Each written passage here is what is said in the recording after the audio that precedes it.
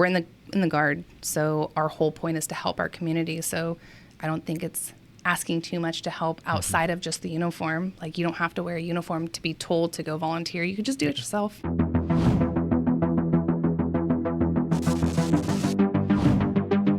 I'm Joe Seamantle, and welcome to Raven Conversations. And today I'm joined by Sergeant First Class Danielle Brenner. She is the non-commissioned officer in charge at AGR Services. She's laughing because she's like, "You want me to explain what I do, sir?" I'm still trying to figure that out. No, but she's actually also here to talk about volunteering. She's a big volunteer, spends a lot of time in the community helping out other guardsmen as well as other organizations, and here to share her story, and we appreciate her coming on. Danielle, thanks for joining us. Thanks, sir. Yeah, so intro and background on yourself. I'm Danielle Brenner, currently working at HRO AGR Services.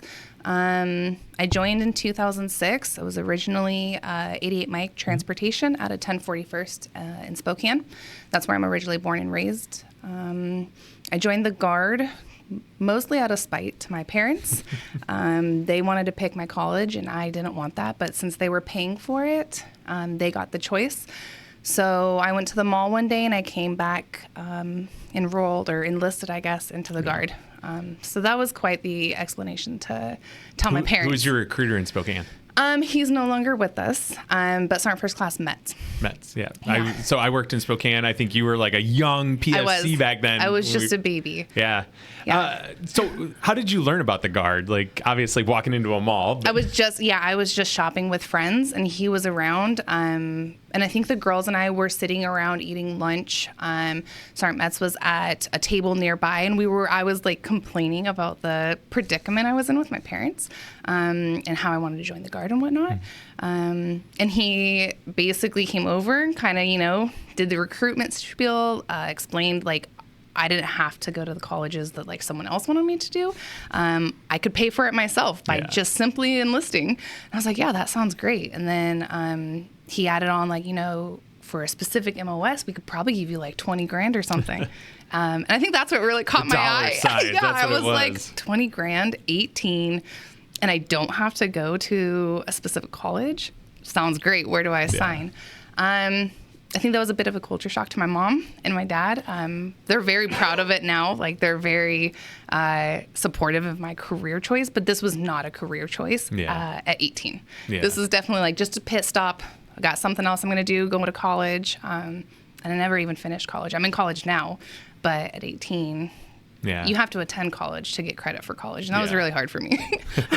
So how did you end up in AGR, in the AGR program?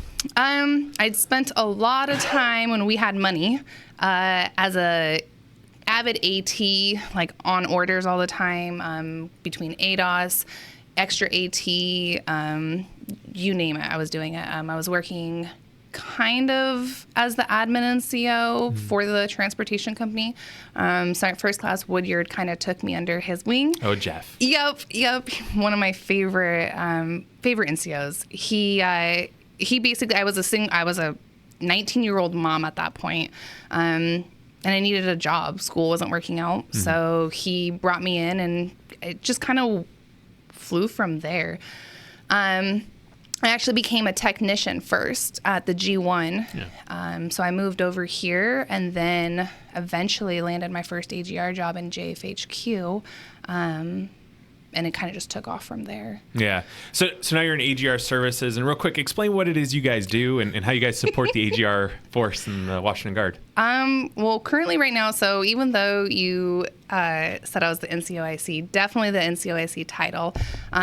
But we kind of all have our own little niche inside the office, right? So I'm known for all the separations. So I retire any AGR, I lump in the HERF and counter drug retirements, and then all resignations or any type of separation, whether it's voluntary or involuntary.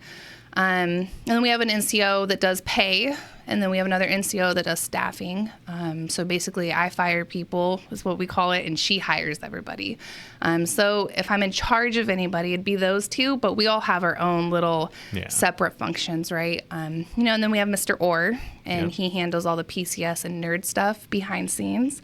And then Colonel Muhitch, she's the manager. So we try to do our best to facilitate the requests. We don't really manage the program as much as, the individuals in this building. They tell us what they would like to see. The command has, their input, and then we just facilitate that, whether it's a move or any type of request. Yeah. So you mentioned Mr. Orr, and he's kind of the reason you're here. Yes. He's a big volunteer. I know we've written a ton about Josh Orr and his volunteering. Yes. When I brought it up to him, he said, "Hey, you should talk to Danielle because she does a lot of volunteering." So talk about what organizations and the volunteering you're doing and how you got into it. Well, I got into it from my papa.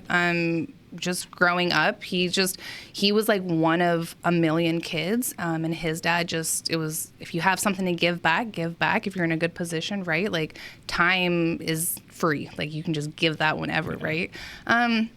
And so that mixed with being in the Guard, you're really like the face of your community for just not the Guard, but like also where you're living. So I kind of got into it doing that. I have 2 teenage boys, and I think it's really important for them to see that you can be a part of the community and build the community as well. So I do anything from like Wear Blue to Remember. There's a mentor program for the Gold Star youth families. I do like these food bins for St. Paul de Vincent. They had a lot of them out of Spokane. I'm a little new to the ones around here, but essentially just organizing the food pantries. I just recently took on one. It's called Cake for Kids. You sign up, you do your orientation, and you pick a cake that's being requested by a child that's never experienced a birthday cake, right? Yeah. So that's either a foster home child, a homeless child, anywhere from the ages of, like 2 to, I think they go all the way up to 21 is what we learned. So I do that. I volunteer within the Tacoma community. So like on Saturday, there's the huge half marathon for St. Patty's Day. Mm-hmm. So I'll be there volunteering for that. You meet a lot of cool people. I told you earlier, like I could make friends with a brick wall. I could talk to anyone. You start to talk to people and you get involved, and all of a sudden you're like volunteering in all these random places, So that's kind of how I got involved. And then Mr. Orr, he volunteers a lot on base, whether it's for Christmas or Thanksgiving or school. So I join him as well. So yeah. And you guys kind of get the whole office too. And part of the G1 comes in too. So. Yeah. I mean, really, it's just a good cause, right? Like I always try to pick places that like, if I should ever need them, or the things that like most people don't think of, like trying to put their effort into helping. These kind of organizations really depend on like our volunteer work, our hours.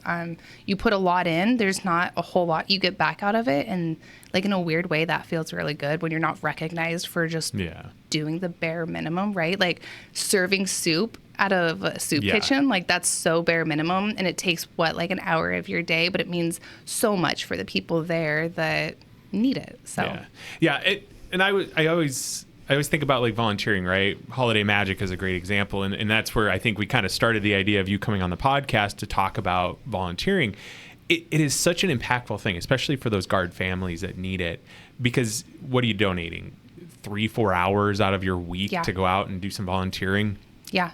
You go into leave status and you're not getting paid for it, but who cares? Because at the end of the day, those guardsmen that come in, that has tremendous value to them, knowing that the organization actually cares about them. Yeah. Well, I mean, those are lifestyles that they're living day in and day out. I mean, you're just trying to take a glimpse of it in a few, short hours of your time. But it makes a big difference, right? So like the Wear Blue to Remember, those are children that have life-altering events that have placed them in the current situation that they're in. And for us to go in and pair up with a child and mentor them in a way that's like just letting them know they're still part of our military community, it plays a big role. They start to open up to you. I mean, they have some great families and they can open up to their families, but there's definitely something to like that big brother, big sister feel that you get from it, especially when you're dealing with teenagers. Like I said, I have teenage sons, so to pair up with another teenager, you kind of ask the questions of like, getting the information drawn out of them, like what interests them, and they start to confide in you, and then they become family to you. So. Yeah. And that's really any organization that you volunteer for. They become your family, which is like leads into the Guard. Like it's your family. And that kind of goes to a conversation I had yesterday about the Guard is just a big family at the end of the day. So we all kind of watch out for each other. We choose to be here really at the end, right? And so how can others get involved? Just in volunteering? What can they do to find information about opportunities around even Camp Murray? Gosh, Google's your best friend, really, right? Word of mouth, Mr. Orr, myself. There's totally different opportunities out there. If you're in the military, there's always information that comes out. I mean, if you send out information all the time, there's links. JSS has an office full of people that know what's going on, right? Deb Descolo, like she's like the god for JSS. Yeah. I will say sometimes community service or volunteer work outside of the military is a little more difficult. You know, sometimes they require background checks. Yeah. And I think that deters a lot of people from like wanting to help because it's so many extra steps than just signing up on like Sign Up Genius or emailing someone like, hey, I want to volunteer my time. But yeah, I mean, in any organization, social media is huge. Yeah. So you could quite literally Google, I think the way I found the Cake for Kids is the owner of Brigade Cafe. She posted on her Instagram. And I was like, oh, well, let me just go see what that is. And that just kind of took off from there. So I find most of my stuff through social media, like, oh, there's a 5K, or, oh, there's a half marathon, or, oh, this, retirement home is looking for volunteers to set up Christmas events, and the like elderly are asking for socks or something, right? Like that's always something that just pops up on my social media, which I think is probably like the algorithm is now like, oh. Now it's got you in the algorithm, like, oh, you like to volunteer. Yeah, here's more right. Like there's so many, like the Humane Society, like I'm a huge dog lover. So like I find myself spending a lot of time with the dogs. I don't know how it happens. It just happens. And then pretty soon I look at my calendar and I'm like, oh my gosh, I might have overbooked myself.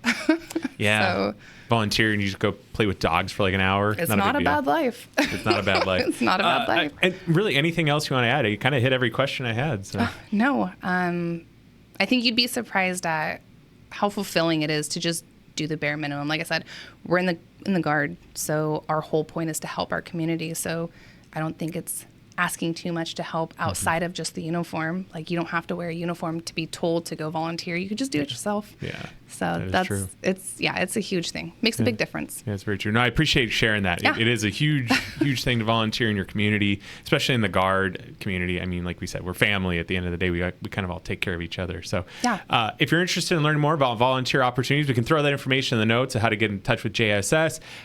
If you're interested in learning more, throw some comments in there and we'll pass them along. And like the video if you like it. Make sure to subscribe for future videos. Danielle, thanks for joining us. We appreciate it. Yeah, thanks, sir.